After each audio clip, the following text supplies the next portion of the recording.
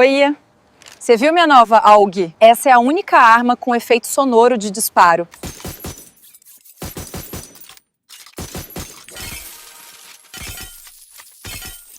Rapaziada, e a gente vai ver aqui então a nova AUGzinha em ação, tá? Com o Fates dessa vez.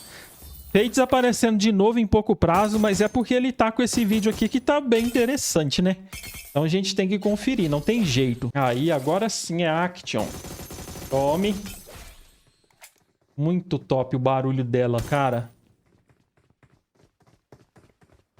Tá vendo que junto com o tiro ela tem essa animação como se fosse de moeda rolando. Ó.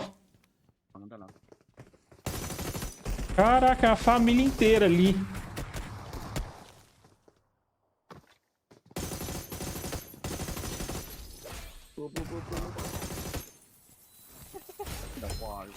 GGzada. Dá pra esconder dentro da caixa de loot, olha isso. Agora a gente vai ver então as duas possibilidades desse traje, porque você pode usar ele tanto com aquela capa quanto sem a capa. Sem a capa vira aquela skin de roupa apertada que todo mundo gosta de jogar e com certeza eu achei bem melhor. Mas e você? Qual dos dois você preferiu? Com ou sem capa?